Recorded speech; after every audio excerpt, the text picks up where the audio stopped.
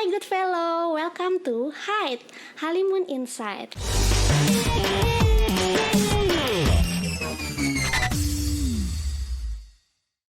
Nah, Halimun Insight ini adalah podcast yang membahas banyak insightful topics dan hopefully akan menginspirasi kita semua. Dan topik-topik yang akan dibahas itu akan relatable banget, juga informatif banget buat kita semua. Oke, perkenalkan dulu, nama aku Iren Irawan dan akan menjadi host Hide hari ini, teman-teman. Nah, hari ini topiknya seru banget karena topiknya membahas info-info terkait pandemi, terkait kesehatan juga. Dan kita udah undang satu guest speaker yang cantik banget dan pinter banget, definisi beauty with brain gitu ya. Beliau ini seorang dokter dan merupakan lulusan dokter umum FKUI 2011 dan lulusan spesialis kulit dan kelamin di 2018, dan sudah menikah, punya 2 anak laki-laki, dan saat ini kerja di klinik Merdeka Medica dan klinik BM Derma. Kita langsung sambut aja nih Dr. Rika Andriani, SPDV. Halo Dr. Rika. Halo Iren. Halo, aku panggilnya Kak aja ya biar kita makin boleh. asik. Nah, apa kabar makin Kak akrab Rika? ya. Baik dong, sehat, puji Tuhan. Puji Tuhan. Gimana kesibukannya sehari-hari nih, kalau boleh tahu kan sebagai dokter, tapi kan lagi era pandemi kayak gini, tuh gimana sih Kak? Oke, jadi memang pandemi ini mengubah banyak hal sih, termasuk juga profesi saya sebagai dokter tuh ada sedikit perubahan terkait karena pandemi gini. Nah, karena saya walaupun status saya dokter, tapi kan saya bukan frontliner nih, artinya saya nggak ngurusin secara langsung pasien-pasien COVID. Jadi saya prakteknya pun mulai dibatasin gitu sih mulai sekarang. Jadi dikurangin juga jam prakteknya, karena kan gimana pun kita harus jaga diri dan jaga keluarga kita juga. Oke, dan kalau boleh tahu nih gimana sih kesibukannya sebagai dokter tapi jadi mom juga nih? Aku dengar-dengar punya 2 anak laki-laki gitu ya. Iya, bener sih. Jadi ya itu pasti repot sih, karena gimana pun mau profesi apapun, working mom tuh pasti punya tantangannya sendiri. Pasti bakal jadi lebih repot, tapi ya puji Tuhan sih ternyata dimampukan Tuhan bisa melewatinya gitu. Jadi ya tetap prioritas utama di rumah dulu sih. Oke, dan yang aku dengar-dengar juga ada fakta denger-dengernya menarik ya, gitu ya. Fakta menariknya juga adalah suaminya Karika ini juga seorang dokter gitu. Apakah benar tuh? Iya benar sih Ren. Benar ya. Dan Iya, kalau bener. boleh tahu itu dokter spesialis apa ya Kak? Kalau suami saya itu dokter spesialis obgyn, jadi kandungan. Oh oke. Jarang-jarang nih lihat couple sama-sama dokter, sama-sama pinter. Aduh, ntar anaknya jadi apa tuh kira-kira ya. Oke, nah Karika thank you banget kehadirannya hari ini, udah jadi guest speaker episode pertama kita di Hide. Nah hari ini kita mau bahas topik yang relate banget nih Kak ya, tentang kesehatan terutama ya, karena udah ada ahlinya di sini, kita bisa tanya-tanya banyak gitu. Nah kalau zaman sekarang gitu ya, kan banyak banget informasi dari Instagram, dari TikTok, dari WhatsApp group gitu ya, tentang misalnya info-info tentang pandemi dan kesehatan gitu lah ya. Misalnya berjemur gitu ya, atau kesehatan kulit. Nah itu kan saking banyaknya informasi, kita malah jadi wah yang mana nih yang benar gitu.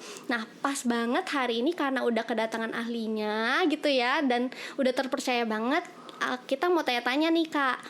Kalau boleh tahu ya, kita langsung to the first question gitu ya. Sebenarnya berjemur di masa pandemi itu perlu nggak sih Kak Rika? Jawabannya perlu sebenarnya berjemur di masa pandemi. Cuma yang perlu diingat adalah kadang-kadang tuh orang salah kaprah gitu. Kadang mengira dengan kita berjemur virusnya tuh bakal mati. Virus yang ada di dalam badan bakal mati. Sebetulnya berjemur itu sama sekali nggak bisa matiin virus corona. Baik yang ada di permukaan kulit kita maupun yang udah masuk. Apalagi yang udah masuk, of course nggak bakal bisa. Sebenarnya gitu. Jadi dengan panas matahari, suhu segitu tuh nggak bisa untuk membunuh. Dan ultraviolet yang ada di matahari tuh bukan tipe ultraviolet yang sebenarnya bisa membunuh virus corona. Jadi kalau misalnya nggak bisa bunuh virus corona, apa sebenarnya manfaatnya? Manfaatnya itu yang terutama paling penting di masa COVID seperti ini adalah untuk pembentukan vitamin D. Nah, jadi vitamin D itu Tuhan menciptakan bisa dibentuk secara gratis nih sebenarnya, nggak perlu pakai suplemen-suplemen. Jadi dari sinar matahari, jika sinar matahari itu mengaktifasi kulit kita tuh sebenarnya bisa menghasilkan vitamin D. Which is vitamin D ini sangat penting banget untuk kalau dalam masa COVID gini untuk meregulasi atau untuk mengatur sistem imunitas. Artinya supaya kekebalan tubuh kita tuh lebih bagus untuk melawan si virus corona ini gitu. Itu satu yang paling utama. Tapi selain itu pun berjemur itu punya banyak manfaat yang baiknya juga. Jadi sebenarnya dia bisa merangsang tubuh kita untuk menghasilkan hormon-hormon, misalnya seperti serotonin. Serotonin tuh hormon yang bisa membuat kita feels kayak happier gitu. Jadi lebih happy, lebih relax rasanya. Dan satu lagi adalah hormon melatonin. Jadi melatonin tuh efeknya banyak, maksudnya fungsinya banyak. Salah satunya adalah dia bisa membuat kita kayak tidurnya lebih pules gitu, tidurnya lebih enak seperti itu.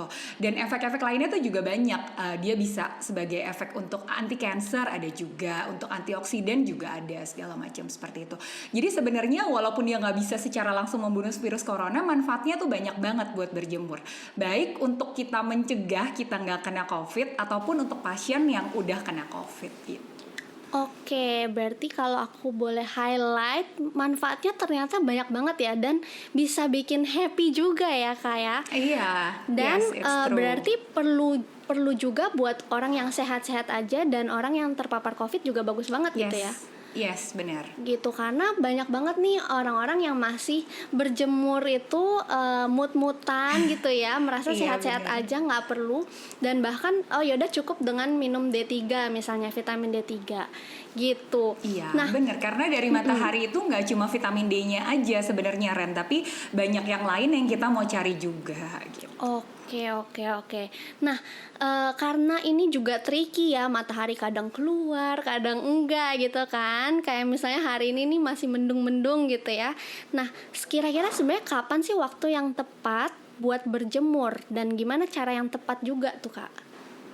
Nah, jadi sebenarnya kalau kita mau precise, mau kayak detail banget, harusnya tuh kita melihat UV index. Jadi UVI itu indeks faktornya tuh berapa sih yang sebenarnya menembus ke bumi. Karena bener yang kata Iren tuh, kalau lagi cloudy, lagi berawan gitu, memang ultraviolet yang masuk lebih sedikit dibandingkan hari-hari pas lagi terang gitu.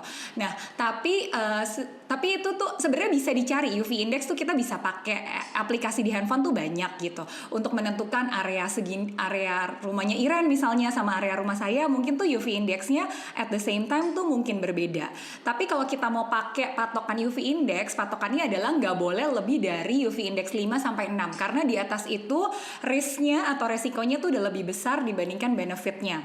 Seperti itu kalau mau precise. Tapi secara umum kalau misalnya mau lebih gampang, biasanya disarankan berjemur yang baik itu antara pukul 8 sampai pukul 9. Jadi jangan dicari jam 10 siang, jam 12 siang panas-panas dijemur. Kita kan bukan baju, jangan dijemur panas-panas begitu gitu maksudnya.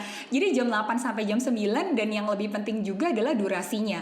Kadang tuh orang mau berjemur sampai keringetan, kadang ada yang begitu. Kadang berjemur mau sampai nggak tahan, itu juga kurang tepat sebenarnya. Karena berjemur itu disarankan sebenarnya awalnya kita mulai dari 5 menit gitu. Jadi 5 menit, kalau misalnya nggak terjadi reaksi yang buruk, itu di sesi berjemur berikutnya boleh kita tambahin 5 menit lagi gitu. Maksimalnya di 15 menit, tapi nggak lebih dari itu. Jadi yang perlu diperhatikan itu adalah apakah kulitnya memerah atau enggak. Jadi kalau misalnya nih ternyata Iren sensitif, baru 5 menit berjemur kulitnya udah merah, ya berarti Iren nggak bisa lebih dari 5 menit gitu, harus kurang dari itu. Patokannya kalau berjemur nggak boleh sampai merah. Kalau udah sampai merah itu berarti udah mulai sunburn, itu berarti sesuatu yang harusnya nggak boleh terjadi, itu resikonya lebih besar. Begitu.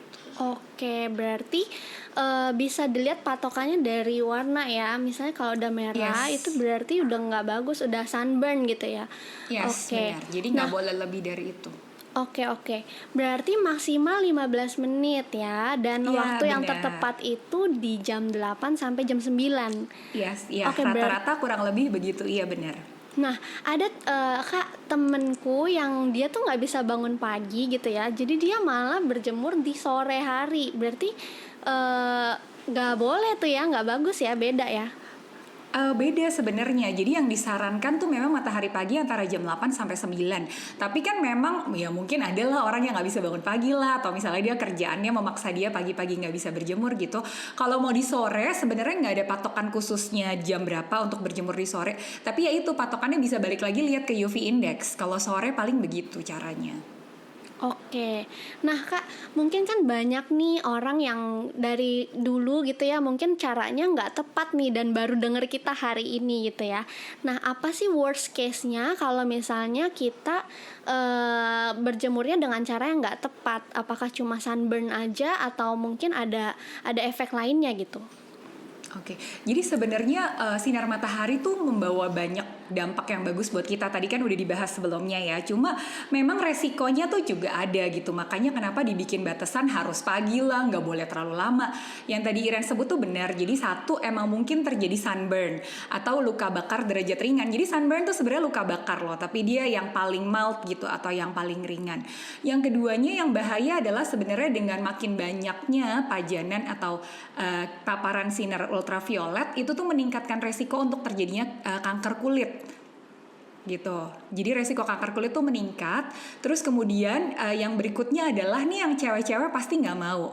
Jadi kalau misalnya kita banyak kena ultraviolet tuh udah pasti gejala aging, tanda-tanda penuaan tuh pasti terlihat lebih cepat gitu. Jadi ya mulai dari keriput lah, kulitnya lebih kelihatannya kusam lah, kelihatan flek-flek lah gitu. Pokoknya semua yang kita cewek-cewek pasti nggak mau gitu. Dan selain di masalah kulit juga sebenarnya kalau misalnya kita terlalu lama berjemur nggak di waktu yang direkomendasikan dan terlalu lama, sebenarnya itu beresiko juga kerusakan pada mata. Jadi yang pertama mungkin terjadi bukan terjadi sih, tapi meningkatkan resiko terjadinya ya. Jadi resiko terjadinya katarak, resiko terjadinya seperti peradangan pada kornea itu tuh meningkat gitu. Dan kalau berjemur dalam waktu yang lebih panjang lagi itu bisa justru menekan sistem imunitas kita. Jadi nggak dengan mekanisme penurunan vitamin D, tapi dengan mekanisme lain dia bikin kekebalan kita justru lebih menurun gitu. Makanya kalau kita dengar dulu anak-anak kecil tuh ada yang misalnya suka berjemur kelamaan atau dulu misalnya main di pantai atau berenang kelamaan terus sakit, salah satu faktornya tuh bisa begitu.